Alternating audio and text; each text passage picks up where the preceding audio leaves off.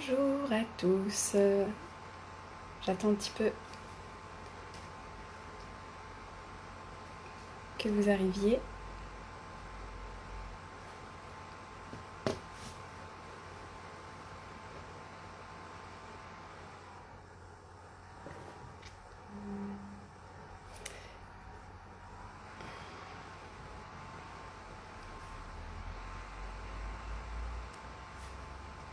Bonjour à tous.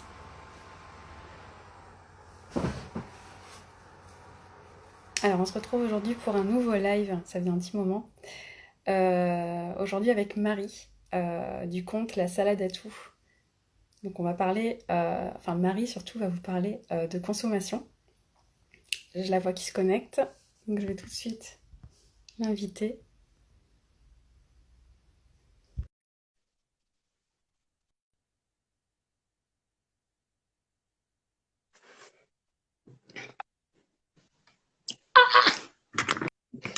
Coucou. Coucou, ça va? Ouais. Alors attends, Tu j'essaye de m'entends me mettre bien? bien. Attends. Je me monte. C'est bon, ça va? Ouais, ça va, nickel. Tu m'entends bien? Tu me vois bien? Moi, je te vois très bien, je t'entends bien. Et toi, de ton côté, c'est bon aussi? C'est Super. parfait. Bon, Contente bah d'être là? super. Je suis super contente que le live commence, ça y est. Depuis le temps qu'on était en contact et qu'on préparait ça. Ouais, c'est clair. Donc, bah, en tout cas, bah, déjà, merci pour être là aujourd'hui. Donc, avant de commencer, avant que tu commences un petit peu à nous raconter ton parcours et que tu commences à papoter, etc. Déjà pour les gens, parce que je pense qu'il y a peut-être des gens qui me suivent qui ne te connaissent pas forcément. Donc, si déjà tu peux un petit peu parler de toi, qui tu es, etc. J'en ai parlé un peu dans le post, mais bah, pour qu'on ait aussi une idée un petit peu de ce que tu fais, de ce que tu partages. Ouais.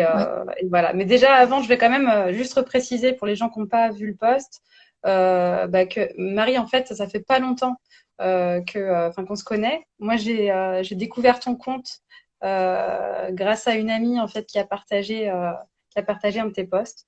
Et bah, après, comme tu disais, de fil en aiguille, on a commencé à se connaître et enfin à se connaître, surtout à découvrir chacune en fait ce qu'on partageait, nos deux univers. Et moi, ça faisait vraiment un moment que j'avais envie de partager quelque chose par rapport à la consommation, par rapport à l'écologie, l'environnement. Donc, bah, ça tombait pile poil dans le sujet. Donc après, voilà, on a commencé à en parler. Puis bah, le truc s'est fait naturellement. Donc, bon, je vais te laisser la parole parce qu'on n'a pas beaucoup de temps. Si après on veut faire l'hypnose et tout, donc j'ai quand même envie que tu aies le temps de bien pouvoir développer.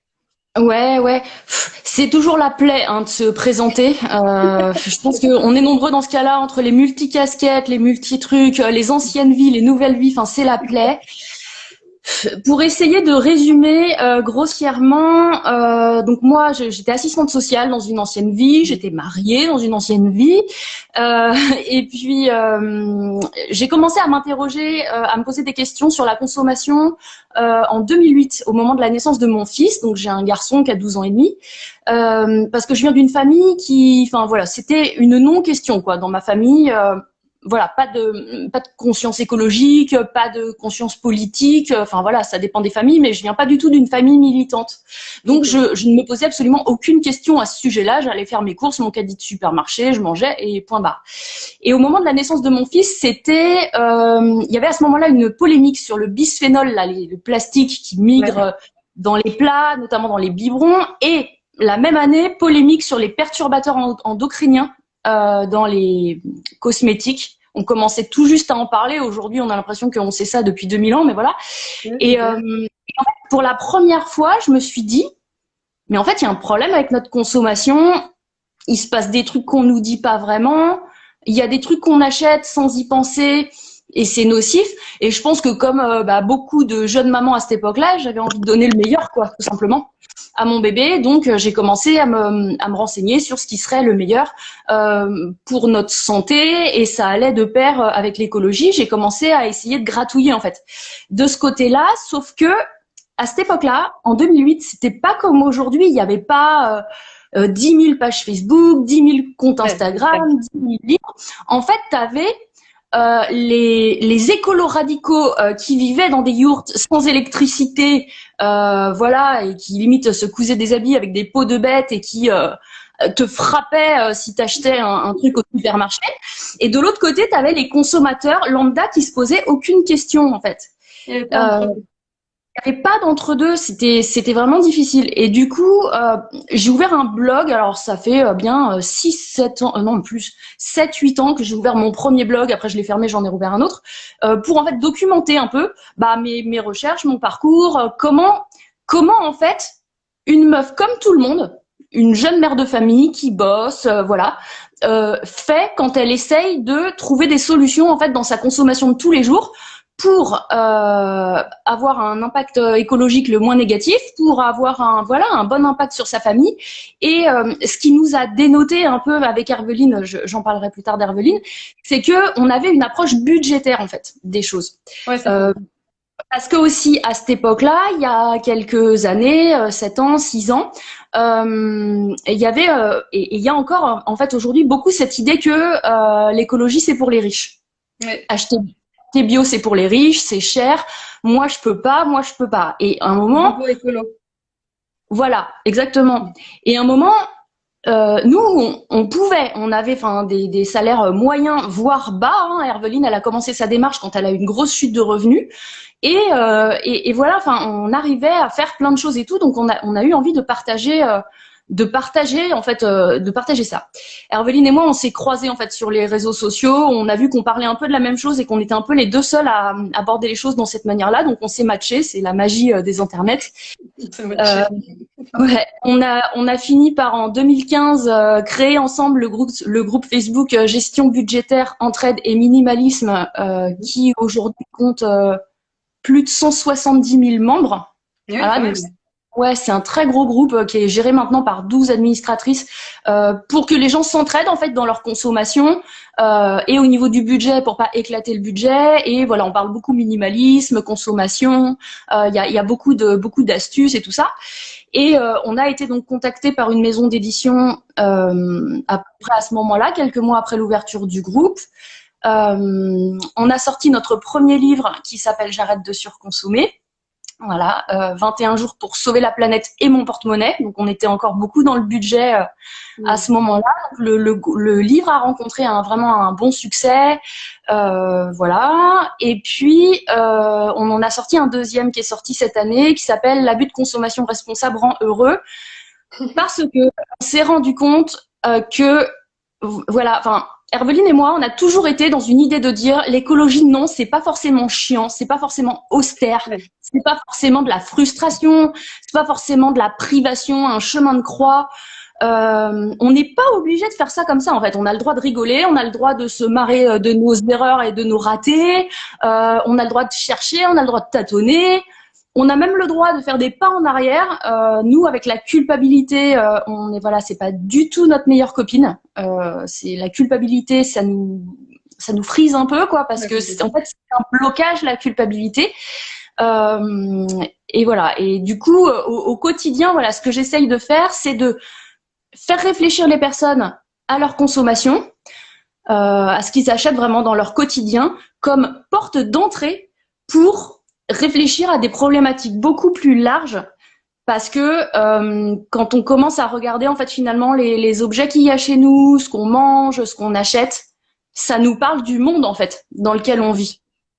Chaque objet peut te raconter un truc qui se passe en fait dans le monde, un phénomène de société.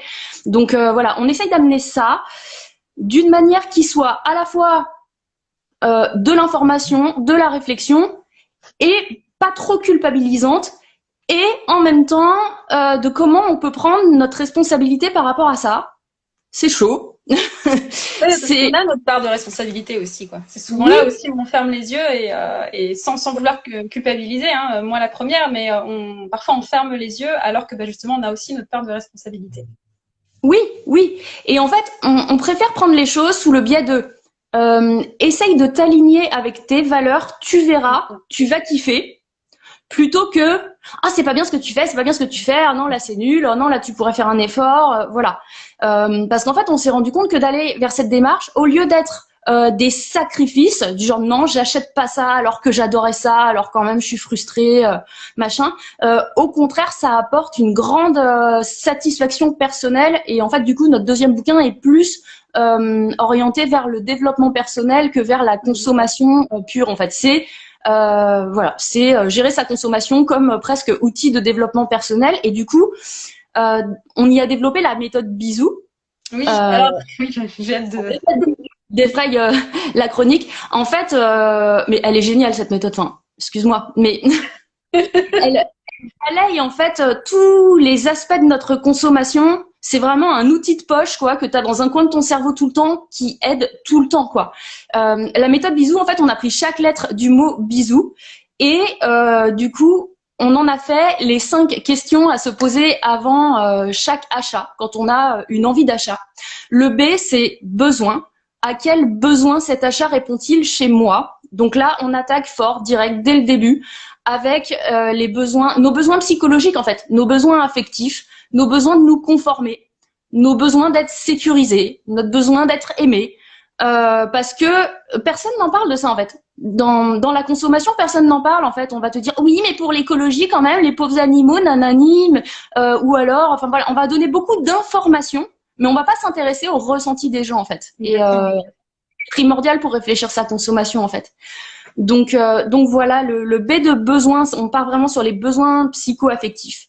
Le I de immédiateté, est-ce que j'en ai besoin immédiatement? Donc là, c'est pareil, on a un chapitre entier, on pourrait en parler des heures, du rapport à la vitesse en fait dans notre société, du rapport à la rapidité, les burn-out, enfin voilà, tout qui va trop vite, l'information qui arrive trop vite, et le parallèle, c'est les promotions à durée limitée. Il faut acheter vite en fait. Surtout comment on fait pour te faire dépenser vite en fait de l'argent. Donc voilà, tout ce qui est en lien avec l'immédiateté. Le S, c'est semblable. Est-ce que j'ai pas quelque chose de semblable qui pourrait faire l'affaire?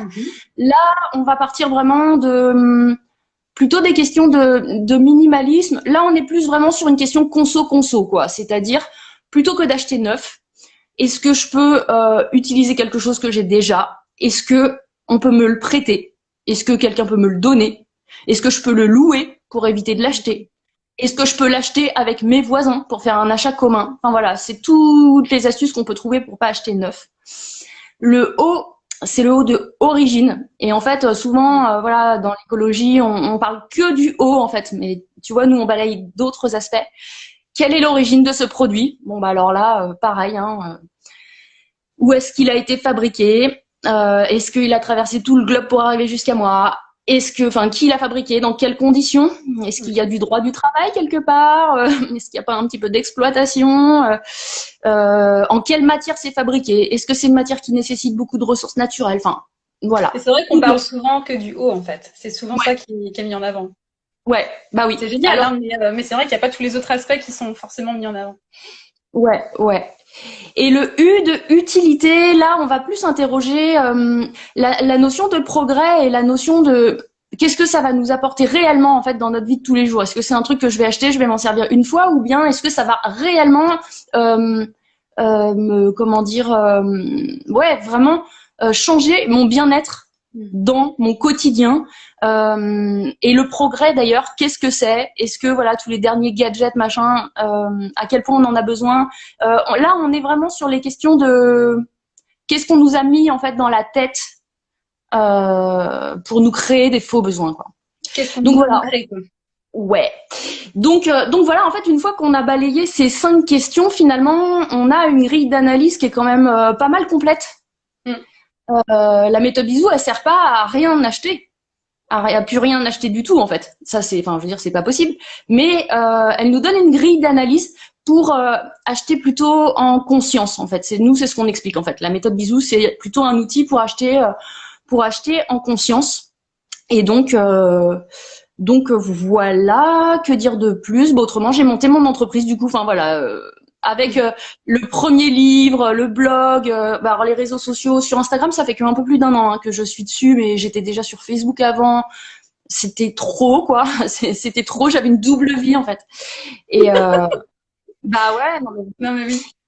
Et du coup, combiné à un petit, enfin, je veux dire, une petite dépression, un petit burn-out, enfin, tu vois, comme on a parfois des grosses remises en question dans la vie et tout.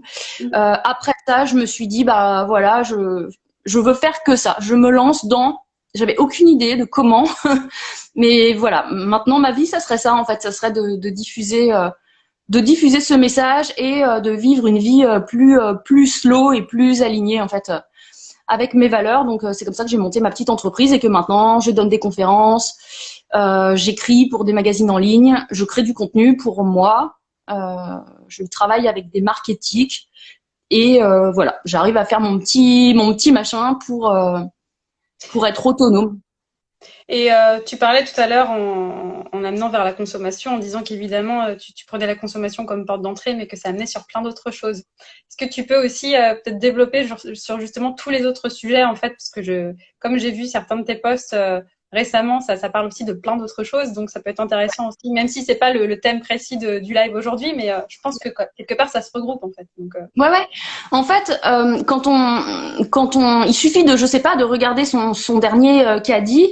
Ça va nous amener à plein de réflexions en fait. La nourriture qu'on achète, d'où elle vient, elle est produite par qui, ça nous emmène aux origines du capitalisme, ça nous emmène toujours à des oppressions en fait, notre consommation. La manière dont on consomme aujourd'hui, on est amené à ça parce que, enfin voilà, il y a des systèmes oppressifs en fait partout, surtout nous les femmes. Alors ça peut nous emmener au féminisme par exemple. Pourquoi les femmes on doit consommer autant de produits de maquillage, d'épilation, les vêtements, les soutifs, et pourquoi il faut qu'on soit comme ci, il faut qu'on soit comme ça, il faut donc qu'on consomme ceci, cela. Voilà, j'ai sorti un post cette semaine qui a un petit peu fait crisser dans les chaumières, mais je le fais de temps en temps. Ouais, je le fais de temps en temps, j'alterne en fait sur mon compte des sujets beaucoup plus légers, puis des sujets boum, et puis après voilà, on repart sur des trucs plus légers pour ma santé mentale aussi, hein, parce que je suis pas à fond tout le temps, je pourrais pas, enfin avoir un compte que militant, ce serait pas possible. Mais voilà, le chocolat. Est-ce que quelqu'un se pose la question quand on mange du chocolat, d'où il vient? Alors ça, on en parle déjà depuis un petit moment, on sait qu'il vient de loin, enfin ça je veux dire, je pense que tout le monde le sait. On sait qu'il est produit dans des conditions éthiques qui sont pas toujours gène. Ça, je pense qu'il y a beaucoup aussi de personnes qui le savent. Mais le chocolat, il est produit en extrême majorité en Afrique. Et le lien entre la production de cacao et le racisme, est-ce que quelqu'un y a pensé en fait? Donc c'est pour ça que voilà, notre consommation, elle peut nous emmener alors oui bien sûr à penser au capitalisme, hein, ça c'est le premier truc où voilà on y revient tout le temps. Mais mine de rien, notre consommation, elle peut nous emmener à réfléchir au sujet du féminisme, à réfléchir au sujet du racisme. Voilà, à qui on achète? Est-ce qu'il y a des personnes racisées à la tête des entreprises qui proposent les produits qu'on achète? Pas tellement quoi, hein, pas beaucoup, tu vois. Et pourquoi les personnes racisées, elles n'arrivent pas à la tête des entreprises? Enfin, ça nous amène à questionner. Après moi, je suis quelqu'un qui questionne beaucoup et qui amène pas de réponse. Voilà. Après, c'est bien aussi parce que ça permet justement aux gens de trouver leurs sources et de voir par eux-mêmes aussi ce qu'ils veulent trouver comme réponse, mais au moins ça leur permet aussi d'avoir leur propre opinion et après de chercher par eux-mêmes aussi. Ouais, alors de chercher par eux-mêmes, c'est hyper important. C'est ce que je dis tout le temps à mes abonnés. Cherchez, renseignez-vous. Il y a que comme ça que ça peut rentrer. Et surtout, je donne pas de réponse parce que moi-même j'ai pas de réponse parce que on est dans un monde qui est hyper compliqué, quoi. Je veux dire, les problématiques sont tellement imbriquées et que quand tu déplaces un pion, ça fait bouger toute la machine et tout que j'ai pas personne n'a les compétences en fait pour dire il faut faire ça, c'est la solution idéale. Il n'y a pas de vérité en fait, quoi. Chacun après va avoir son chemin et va faire ce qu'il pense être bon en fait. Complètement. Tu prends n'importe quel point de consommation où tu vas te poser une question, est-ce que c'est mieux de faire comme ci ou comme ça? Tu vas trouver des arguments dans les deux sens. C'est ça. Est-ce qu'il vaut mieux acheter des vêtements d'occasion ou des vêtements de mode éthique? On va te dire, ah bah ouais, mais alors les vêtements d'occasion, c'est bien parce qu'au moins, ils sont pas créés. Ils nécessitent aucune ressource. Et puis en plus, ils sont moins chers, donc ils sont accessibles à tout le monde. Nan, nan, ok. N'empêche que les vêtements de seconde main qu'on achète, c'est des vêtements de fast fashion. Hein. Donc pour qu'il y ait des vêtements de seconde main, il faut qu'il y ait eu des vêtements de fast fashion, forcément à un moment. Si tu achètes que des vêtements de seconde main, tu donnes pas des sous à des entreprises éthiques qui essayent de se développer. C'est ça. Mais dans les deux cas, de toute façon, t'as le pour et le contre, quoi.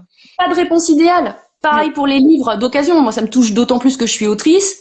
T'achètes des livres d'occasion, c'est bien. Ça nécessite pas de papier, ça te coûte moins cher, etc. Quid après du revenu des auteurs? Je dis pas, tu vois. J'amène des questions mais je pense que se questionner, c'est déjà un pas qui est énorme parce que encore aujourd'hui, il y a des millions de personnes qui ne se posent aucune question hein, sur leur consommation. Ou alors quand ils commencent à s'en poser, vite, ils vont fermer les écoutilles parce que c'est pas très confortable en fait. Hein. On préférerait un peu pas savoir et c'est là où la dissonance cognitive, c'est hyper intéressant. Nous, justement, c'est un sujet que j'adore, la dissonance cognitive. On en parle dans notre deuxième bouquin. Parce que justement, je suis très fâchée avec la culpabilité. J'aime pas culpabiliser les gens. J'aime bien prendre en compte les situations globales des gens. Selon les familles, on va pas consommer pareil et c'est ok. Une mère célibataire qui gagne le SMIC, qui est toute seule avec 4 enfants, elle va pas consommer pareil qu'un couple de cadres. Enfin, normal. Les deux peuvent consommer de façon consciente, par contre, éthique, raisonnée, mais pas forcément pareil. Tout ça pour dire que j'aime pas du tout la culpabilité, de culpabiliser les gens. Par contre, justement, la dissonance cognitive, c'est compliqué en fait, parce que les gens sont quand même amenés face à leur propre culpabilité. Il y a des choses, voilà, c'est plus confortable de pas les voir, et c'est voilà. Pour moi déjà, le premier pas, c'est de voir, de dire ok, j'ai vu quelle est la situation, ok, j'ai vu comment moi je consommais. Est-ce que voilà, après une fois qu'on a vu, on peut peut-être s'ajuster. Mais si on reste toute sa vie en se disant ah mais non mais moi de toute façon je peux pas, non pour moi c'est pas possible, non mais moi c'est pas de ma faute, hein, ça coupe toutes les possibilités en fait. Exactement. Souvent il y a une forme de déni, la personne qui va pas forcément croire ce qu'on lui dit parce que elle veut pas ouvrir les yeux, ou alors il y a aussi le fait que c'est la faute des autres de toute façon puisque tout le monde fait comme ça, donc moi je vois pas pourquoi je ferais mieux. Il y a ça aussi. Dans le milieu militant, t'as aussi beaucoup. Ouais, mais il faut arrêter de culpabiliser les gens parce que de toute façon, c'est la faute du système. Exactement. Certes. Non, mais vraiment. Et en plus, les chiffres le disent, quoi. Je veux dire, 75% de la pollution, des émissions, enfin voilà, sont dus aux entreprises et aux États et 25% dus à la consommation des gens. D'accord. Mais moi, je pense en fait que le changement de mentalité entraînera, voilà, les changements de société viennent toujours de la base en fait. Ils viennent toujours des gens, des vrais gens. T'as jamais une loi qui va précéder un changement de mentalité, tu vois. Donc je pense que voilà, de cette manière-là, il faut pas non plus négliger en fait notre pouvoir. Non, totalement. Et puis après, on fait aussi partie quelque part de cette société aussi. Et si on veut que ça change, il faut aussi qu'on mette nos petites grains de sel dedans. Parce que si on attend que ça change toujours de l'extérieur, mais que nous, intérieurement, on fait rien, ça va pas forcément évoluer aussi. Et dans la dissonance cognitive, justement, quand tu m'as dit ça, là, ça m'a fait penser quand tu parlais de ton post sur le chocolat. Tu m'avais dit tu avais même dit là tout de suite qu'apparemment tu avais eu des messages ou peut-être des commentaires de personnes qui adhéraient pas forcément, que ça avait fait justement bouger beaucoup au niveau des esprits, que les personnes peut-être se sentaient justement coupables ou n'adhéraient pas. Et c'est là qu'on voit qu'en fait aussi avec la dissonance cognitive, les gens parfois peuvent réagir dans le déni aussi, dans l'agressivité, parce que elles se sentent tout de suite agressées personnellement. Ouais. Oui, mais en même temps, c'est très difficile. Hein, ça rejoint aussi tout ce qui se passe en ce moment avec le mouvement antiraciste et toutes ces personnes blanches qui se sentent vraiment très agressées par le mouvement antiraciste. Et en même temps, c'est très difficile de regarder en face nos privilèges. Parce que je sais pas si notre cerveau il est formaté pour qu'on ait tout le temps besoin de se plaindre et que notre cerveau est formaté pour voir les choses négatives souvent. Tu sais, tu peux faire un post, avoir 100 commentaires positifs et t'en as un, il est pas sympa, tu vas focus dessus, tu sais. C'est pareil, on nous a ancré là-dedans aussi, hein, pour voir le Ouais, négatif tout de suite, quoi. ouais. Alors voilà, est-ce que c'est ça? Est-ce que voilà, reconnaître ses privilèges, c'est difficile parce que on va avoir peur qu'après, je sais pas, les gens ne nous aiment plus, les gens Ouais. croient que notre vie est facile, dénient nos difficultés ou nos émotions. Mais voilà, on voit bien avec le mouvement antiraciste à quel point il est compliqué pour les personnes blanches d'admettre leurs privilèges et enfin, ouais, c'est ça. T'as vraiment l'impression qu'il y a vraiment une dissonance cognitive, quoi. Enfin, moi, je comprends pas à quel point on peut se voiler la face, en fait. Alors après, il y a aussi, je pense, dans la dissonance cognitive, comme tu disais, l'état dans lequel se trouve la personne, déjà personnellement, parce qu'une personne, par exemple, qui va déjà se sentir mal parce que, par exemple, elle vient de se séparer ou elle a eu un deuil ou je sais pas, quelque chose de très négatif, justement, dans sa vie, on va lui parler consommation, on va lui parler quelque chose comme ça qui est extérieur, en fait, à sa vie. Elle va me dire, mais moi, je n'ai rien à faire, me parle pas de ça maintenant. Moi, je suis dans ma vie, Ouais, je vais déjà faire les courses, faut déjà que j'ai assez pour finir mon mois. Me parle pas de ouais, ça, quoi. Donc, en fait, déjà aussi, c'est pouvoir amener ça d'une manière, comme tu disais, sans culpabiliser les gens et que les gens puissent être amenés à peut-être penser, à conscientiser ce genre de choses au moment où mm, ils sont prêts aussi dans leur vie, parce que bah, ça va dépendre aussi de comment les gens se sentent avec eux-mêmes aussi, encore une fois. ouais. On Non, en revient un petit peu je crois que c'était le B de bisous avec besoin, mais tout ce qui était un peu émotionnel, en fait, tout ce qui était psychologique, c'est un petit ouais. peu ça, en fait, on en revient à Oui, ça. oui, c'est ça. En fait, voilà, dans notre deuxième bouquin, il est un peu plus personnel. On parle de nos histoires personnelles avec Herveline et notamment le fait qu'on a vécu toutes les deux des séparations de notre couple avec des enfants, donc des moments de vie qui sont très difficiles et que à ce moment-là, bah, notre consommation, elle était pas jobard quoi. Enfin, à Ouais, un moment, voilà, on s'est nourri de chips, voilà, et c'est ok en fait. bien sûr. Euh, c'est ok, mais juste on avait la conscience à ce moment-là de se dire, ok, Ouais, je suis dans complètement. une période de ma vie où mes besoins émotionnels enfin, ils sont mis à mal et tout, voilà. Donc je m'autorise à. Mais voilà, il y a aussi d'autres personnes qui vont pas avoir ce recul-là et qui du coup euh, vont rejeter en fait. C'est un manque d'amour de soi-même un peu en fait, je trouve, tu Complètement. vois. Parce que finalement, quand tu t'aimes, que t'es indulgent avec toi-même, tu te dis ok, là c'est pas le bon moment pour moi. Enfin lâche-toi la grappe un peu, sois indulgent, tu vois ce que je veux dire? Ouais, puis c'est aussi reconnaître ses failles en fait devant l'autre. Donc Oui, quelque part, c'est aussi bah, se montrer tel qu'on est, vulnérable et bah, qu'on n'est pas parfait. Donc ça, c'est ouais, pas toujours facile à montrer quand on s'aime pas justement soi-même.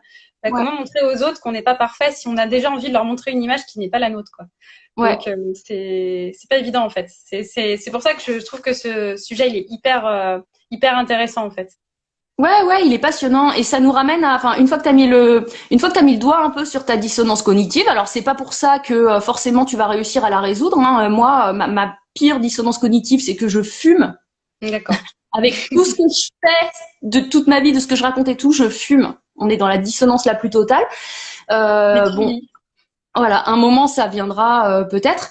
Et je ne sais plus pourquoi je te disais ça. J'étais partie d'où? Tu disais que justement avec la dissonance, attends, je sais plus non plus. On en arrive la culpabilité. J'étais partie sur la dissonance, la culpabilité et je ne sais plus. Mais ouais, enfin en tout cas, Tu disais que c'est toi, ta pire dissonance, c'était de fumer, qu'il y avait justement des gens qui se voilaient la face, mais toi, justement, tu te voiles pas la face, en fait. Tu sais que, oui, voilà, je le sais.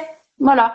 Et juste le voir et le reconnaître, je trouve que c'est déjà un super pas. ah bah Parce que complètement, peut-être que les gens associent le fait de nommer leur dissonance cognitive. de Une voir la dissonance raison. cognitive, c'est que t'as foiré quelque chose quelque part, C'est tu ça. vois, enfin, dans la tête des gens. Tu te dis, Alors je qu'on en a fais, tous. mais oui, tu dis, ouais, mais là, je fais mal, je me suis foirée, j'ai une dissonance. Alors peut-être que les gens, du coup, pensent qu'une fois que tu as nommé ta dissonance cognitive, tu vas être obligé de tout changer, sinon tu vas perdre la face, tu vas être ridicule, ou, C'est tu ça. vois. C'est pas parce que tu nommes une dissonance cognitive que tu es une mauvaise personne, en fait. Mais c'est le regard de l'autre, encore une fois, le regard sur la société, Ouais. enfin, que la société a sur nous. On se dit, mince, si je dis ça, en fait, les gens vont me juger, je suis une mauvaise personne, je suis pas une Mm. personne consciente, je suis pas une personne qui s'inquiètent pour la planète ou qui s'inquiètent pour les animaux ou qui Ouais. donc du coup c'est aussi un petit peu se mentir à soi-même parfois pour se sentir aimé aussi tout simplement. Oui, oui. C'est ça aussi. Donc vaste sujet. Et c'est pour ça que, enfin, le lien entre la consommation et le développement personnel, pour moi, il est très très fort, vraiment. Complètement. Parce que il y a pas que, il y a beaucoup de comptes qui sont militants ou des comptes d'information. T'as des reportages qui sont très bien faits avec des chiffres, avec des images, des choses très bien documentées. C'est très bien, il en faut. Après, t'as des contenus qui sont plus pratico-pratiques aussi. Voilà, comment on fait ci, ça, Ouais, des complètement. DIY, des astuces et tout. Mais moi, ce qui m'intéresse plus dans la consommation, c'est nos comportements en fait. Mm. C'est nos comportements de consommateurs. Réussir à les regarder sans les juger et réussir ensuite à au maximum aligner nos valeurs avec nos actes. Oui, c'est ça que je voulais dire tout à l'heure qui est hyper important pour moi, c'est le fait de dire en fait dire sa vérité. Je crois qu'aujourd'hui, voilà, on arrive à un moment là où il va falloir dire nos convictions, dire ce qui nous traverse, dire ce qu'on veut en fait. Voilà, être vocaux, comme on dit maintenant. Bah, vraiment exprimer aux autres ce qu'on ressent et ne plus se cacher en fait par peur du regard de l'autre. Voilà. Et c'est pas pour autant qu'on est obligé de devenir des dragons et d'être culpabilisant envers les autres et dénigrant. Enfin, tu vois ce que je veux dire? Ouais, tout C'est à fait. c'est pas du tout ça. C'est plus assumer en fait ses valeurs et Mm. les actes qui vont avec.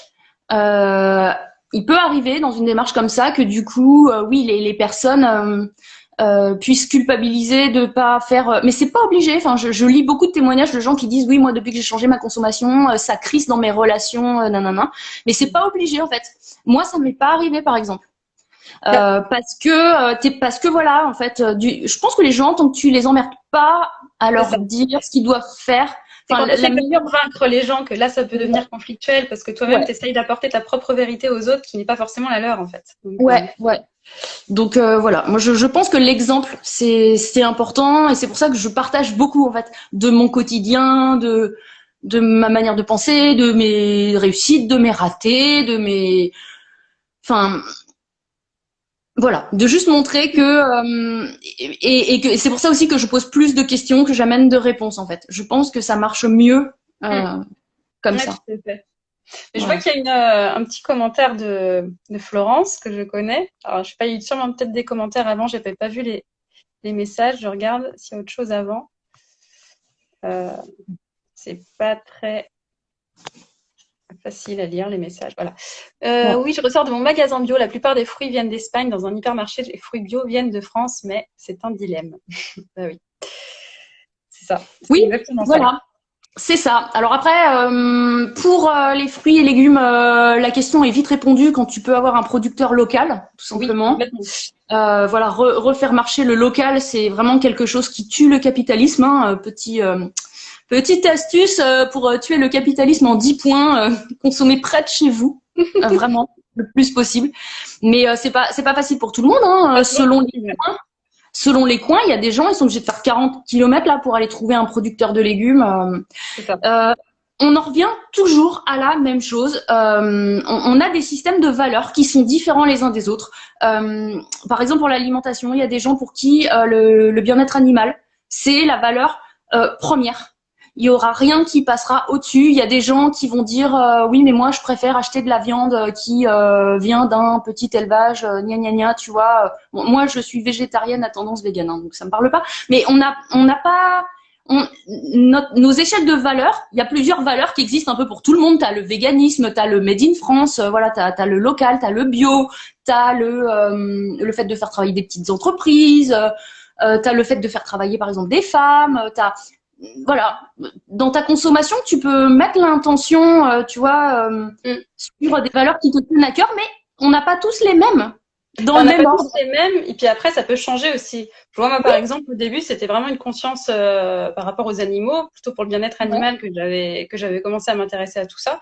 Et puis c'est ouais, après que je me suis intéressée plus à l'écologie, par rapport à la consommation, mais c'était pas. Et puis après, il y a des trucs qui ont changé parce que j'ai Ça pris bouge. conscience d'autres choses. Et puis après j'ai eu un enfant. Puis du coup, je me suis peut-être un petit peu plus calmée sur certaines choses parce que j'avais moins le temps de faire des choses moi-même, par exemple. Ouais. Donc c'est vrai que, comme on disait, c'est pas une question de se culpabiliser, mais d'être conscient en fait Ouais, de où est notre échelle aussi, vraiment de où on place l'échelle et de ce qu'on souhaite aussi pour vraiment être aligné à nos valeurs. Et pas complètement. se sentir coupable en disant mince, j'ai pas pu faire ça ou j'aimerais faire ça. De se dire bon voilà, j'en suis là aujourd'hui, mais c'est comme ça. En tout cas, ça c'est ma vérité. En tout cas, c'est comme ça que moi je le perçois et comme ça que j'aimerais continuer. C'est Ouais, vrai ouais, que ouais. Et puis réussir à se dire que nos valeurs ne sont pas forcément exactement les mêmes valeurs que les autres. Moi, c'est l'inverse exactement. de toi. J'ai commencé par être sensibilisée à l'écologie et Ok. je suis venue au végétarisme, véganisme par ce biais-là. Après, ok. Ouais, d'accord. Mais tu Avant, vois. avant le bien-être des animaux, tu vois. Ça Ouais, s'est ouais. greffé après, bien entendu, mais tu vois, je suis pas venue par le même biais. Et en fait, on s'en fout. Alors que, Oui, à cette époque-là, je me rappelle que dans les groupes véganes sur Facebook, mon Dieu, c'était la foire d'empoigne. Et si t'avais le malheur de dire ce que je viens de te dire, t'étais pas un vrai. bah t'es pas Euh, un vrai et puis t'as pas T'es dans ce cas-là t'as vegan pas de pour les conscience animaux, tu animale, sais, t'es pas. vegan for animals, là. C'est genre, si t'es pas vegan for animals, tu peux aller te jeter sous un train, quoi. Mais le résultat est juste le même, en fait, tu vois. Enfin, c'est, Bah, c'est c'est juste, des, en fait, ça va être justement le genre de personnes qui vont comment dire, penser que leur vérité est la vérité des autres, en fait, et qui vont Mmh, justement manquer de tolérance. Alors, comment, en fait, aider d'autres personnes à se rendre compte de choses qui sont pour nous importantes si nous-mêmes, on n'est pas tolérants avec les autres? C'est ça ouais, aussi, ouais. c'est faire preuve de tolérance, en fait. Mais c'est vrai que moi aussi, j'avais pas mal vu ça c'est souvent dans des groupes quand on commence le Ouais. militantisme et Mais tout ça. ouais, la tolérance avec les autres, c'est difficile, hein. Moi, je suis d'une nature plutôt colérique. Je suis un peu, tu sais, révoltée, tu vois, de nature. Donc, voilà, je me tempère beaucoup. Il m'a fallu beaucoup apprendre, à beaucoup m'aimer, à être beaucoup indulgente avec moi-même pour aussi, voilà, réussir à être indulgente avec les autres. Et c'est pour ça que mon message, je le porte en mon nom, en fait, toujours. Mm. Je pars du principe que je partage mon expérience, en fait. Je partage mes ressentis, je parle toujours en je, quasiment. Je dis voilà, dans ma consommation, j'ai acheté ça, ça m'a amené à me poser tel type de questions et tout. Tu vois comment j'ai tourné, par exemple, le post sur le Ouais, racisme. bien sûr, ouais. J'ai pas balancé plein de chiffres et en disant oui, enfin c'est comme ça. Tu vois, c'était pas des phrases affirmatives. Je suis plus Ouais, bien dans sûr. partager, voilà, mes questions, mes ressentis. Je pense que c'est plus efficace et puis et je me sens plus confortée parce que j'ai envie de dire que personne pourra me dire que j'ai tort puisque il sait Mais pas c'est en ce que tu fait. ressens toi. Donc, tu as le droit de ressentir ce que tu veux, tu es libre. Ah ouais, tout à fait. Ah ouais, Donc il y a des vas-y, c'est parce que je regarde en même temps s'il y a d'autres commentaires, parce que je vois là, au niveau du temps, il est quelle heure il est? 54. Ok. Oh, Ça va. on est bien. Ouais, ouais. Pour tuer le capitalisme, il faut arrêter de supporter de projets comme la fourche qui détruisent tout l'écosystème du bio et des indépendants. Je ne suis pas d'accord. Je suis pas d'accord. La Fourche, c'est un de mes partenaires. Alors, je ne sais pas qui est cette personne. Je reprendrai cette personne en privé, mais il n'y a Ouais, pas. ouais, c'est pas forcément utile, je pense, de lire ces commentaires pour l'instant. Donc,